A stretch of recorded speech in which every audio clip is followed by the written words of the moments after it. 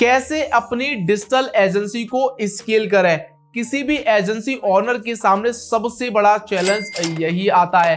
Reason इसके पीछे बहुत सारे हो सकते हैं, लेकिन सही तरीका क्या है अपनी एजेंसी को स्केल करने का, इस वीडियो में आपको कंप्लीट जानने को मिलेगा। वीडियो लास्ट तक जरूर से देखना।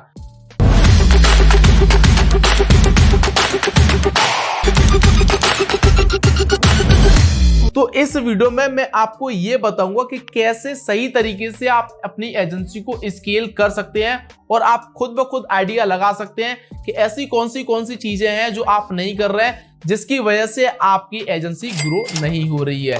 तो मैं आपको बताऊं, सबसे पहला मिस्टेक जो है वो आप कर रहे हैं कि you are not doing your own branding.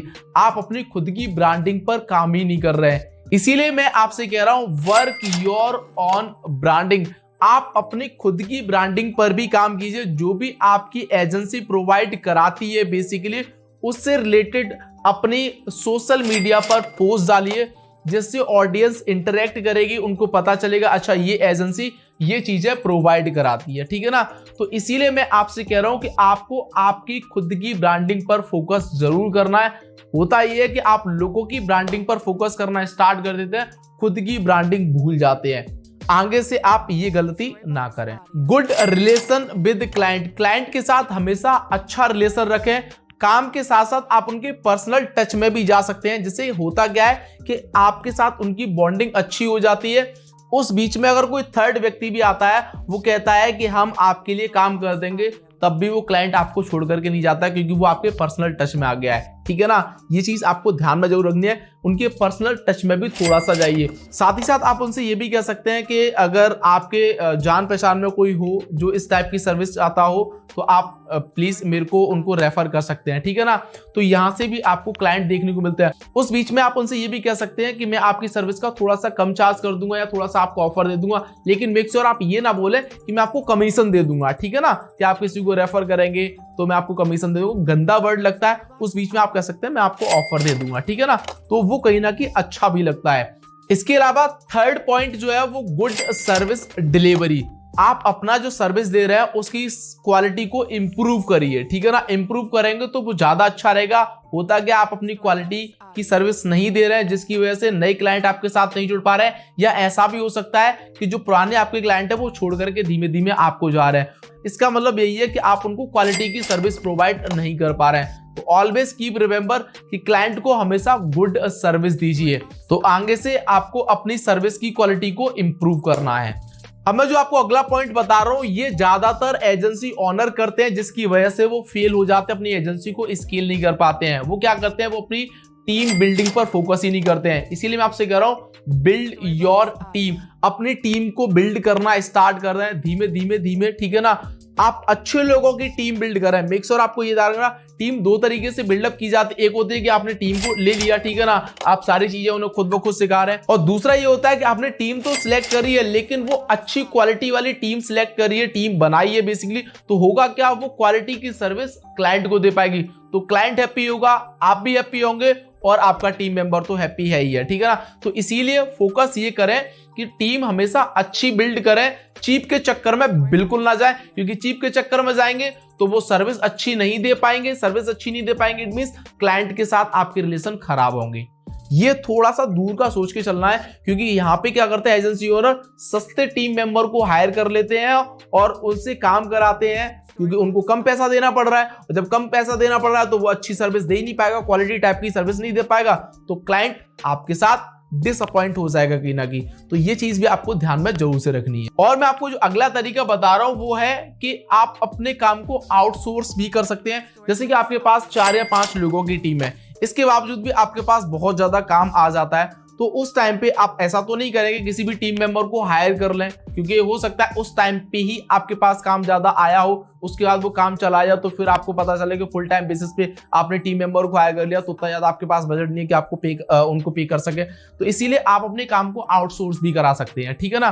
तो काम को आउटसोर्स कराने के लिए आपको पता है बहुत सारी फ्रीलांसिंग साइट है, अपवर्क है, फाइवर है, फ्रीलांसर है, इन साइट पर आप जाएं, ठीक है ना। फ्रीलांसर को हायर करें, जो भी आपने काम को लिया हुआ है बेसिकली वहां पे आप दे सकते हैं। और वो काम करके देंगे, बीच में जो आपका कमीशन होगा वो इसी तरीके से आप रख सकते हैं, ठीक है ना, क्योंकि क्लाइंट आपको जानता है और आपने किसी और से काम करा लिया उस क्लाइंट के लिए, ठीक है ना। तो यहाँ पे क्या आपने बीच वाला पार्ट जो है वो आपने रख लिया, तो ये भी एक सबसे अच्छा तरीका होता है। और कोई भी एजेंसी, मैं आपको बता दूं, कोई भी एजेंसी सबसे पहले स्टार्टिंग में इस तरीके से ही ग्रो करती है, क्योंकि किसी को नहीं पता होता है कि क्लाइंट कब आएंगे, किस तरीके से आएंगे।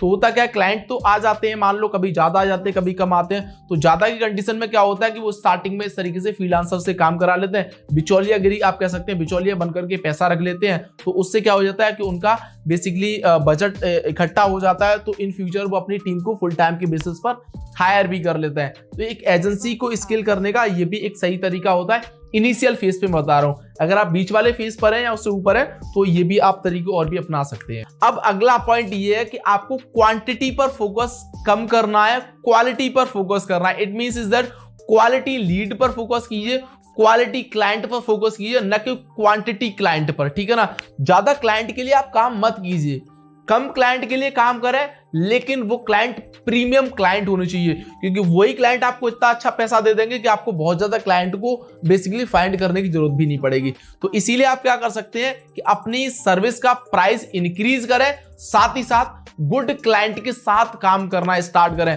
किसी भी एजेंसी को उठा करके देख लीजिए, जो बहुत बड़ी एजेंसी है, उनके पास बहुत ज्यादा क्लाइंट नहीं होंगे। मैं आपको बता रहा हूं, मैक्स टू मैक्स बहुत बड़ी जो एजेंसी होगी ना, उसके पास 50 भी क्लाइंट, मैंने आपको बहुत बता दिए, 10-20 क्लाइंट होते हैं, लेकिन वो प्रीमियम क्लाइंट होते हैं, गुड क्वालिटी के क्लाइंट होते हैं। इसके बावजूद भी उनका कंपनी का टर्नओवर होता है ना, उस एजेंसी का टर्नओवर होता है ना, वो करोड़ों में होता है। वो क्यों होता है? क्योंकि वो क्वालिटी पे फोकस कर रहे हैं, क्वांटिटी पे नहीं कर रहे हैं। और ज्यादातर एजेंसी ओनर क्वांटिटी पे फोकस करते हैं, क्वालिटी पर फोकस नहीं करते हैं, इसी वजह से वो फेल हो जाते हैं। लेकिन आपको ऐसा बिल्कुल नहीं करना है। अब मैं जो आपको अगला तरीका बता रहा हूं, वो किसी भी एजेंसी को ग्रो करने के लिए ब्रह्मास्त्र है, आप ऐसा कह सकते हैं, ठीक है ना। वो है अपसेल योर सर्विस। जैसे कि आपकी सोशल मीडिया एजेंसी है, ठीक है ना, तो इसमें आप क्या सर्विस अपसेल कर सकते हैं, आपको ये दिमाग में डालना है। जैसे कि आप सोशल मीडिया मैनेजमेंट की या पोस्टिंग की सर्विस दे रहे हैं, तो यहां पे आप उनको बोल सकते हैं हम सोशल मीडिया एडवर्टीजमेंट भी कर सकते हैं, ठीक है ना। तो ये सबसे एक अच्छा तरीका है, क्योंकि होता क्या है कि जो आपके पास पुराने क्लाइंट है वो आप पे ट्रस्ट करते हैं, तो आप उनको इजी तरीके से अपसेल कर सकते हैं। आपको मैं सिंपल एग्जांपल देता हूं एप्पल का। एप्पल ज्यादातर कभी भी नए कस्टमर पर फोकस नहीं करता है, वो क्या करता है, अपसेल करता है। इन द सेंस ये है कि जो भी उसका नया फोन आता है वो उन्हीं कस्टमर को दे देता है जो पहले से बने हुए, और बदले में पुराना वाला फोन ले लेता है, ठीक है ना। तो always be a like Apple, ठीक है ना। तो ऐसे ही आप अपनी सर्विस में क्या अपसेल कर सकते हैं, ये चीज आपको जो उसे दिमाग में डालनी है। तो आप अपनी सर्विस के साथ साथ आप देख सकते हैं सोशल मीडिया, जैसे कि मैंने आपको बताया, तो आप इजी तरीके से उनको क्या कर सकते हैं, सोशल मीडिया एडवर्टीजमेंट की सर्विस दे सकते हैं। जैसे कोई वेब डेवलपमेंट का सर्विस देता है तो क्या कर सकते हैं, उसके साथ एसईओ की सर्विस भी दे सकते हैं। तो इस तरीके से अपनी सर्विस को अपसेल भी करना होता है। और साथ ही साथ आपको ये भी ध्यान रखना है, जब आप एजेंसी बना रहे हैं तो over the period of time different category के बंदे हायर करना स्टार्ट करें।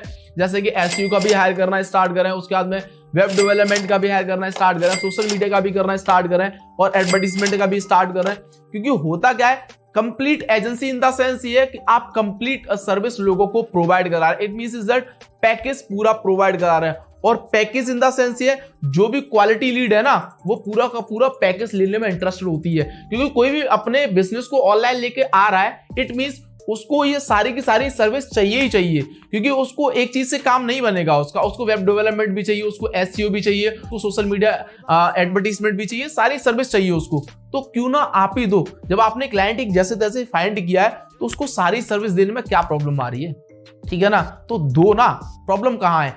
इसीलिए मैं ये कहता हूं, किसी भी एजेंसी ओनर को इस तरीके से सोचना है कि हम अपनी सर्विस के साथ क्या अपसेल कर सकते हैं। फंस जाते हैं वो लोग जो सर्विस दे रहे हैं उसी के साथ वो टिके रहते हैं, अपसेल करना ही नहीं जानते। आई होप मैंने आपको जितने तरीके बताए हैं वो सारे के सारे समझ में आए होंगे। वैसे कौन सा तरीका आप फॉलो नहीं कर रहे थे या करने वाले, कमेंट बॉक्स में जरूर से बता देना। और हाँ, वीडियो अच्छी लगी हो तो लाइक कर देना, दोस्तों के साथ इस वीडियो को शेयर भी कर देना। क्वालिटी और धमाकेदार इंटरेस्टिंग कंटेंट देखना है और वो भी फ्री में, तो मेक श्योर चैनल को सब्सक्राइब करना बिल्कुल ना भूलें।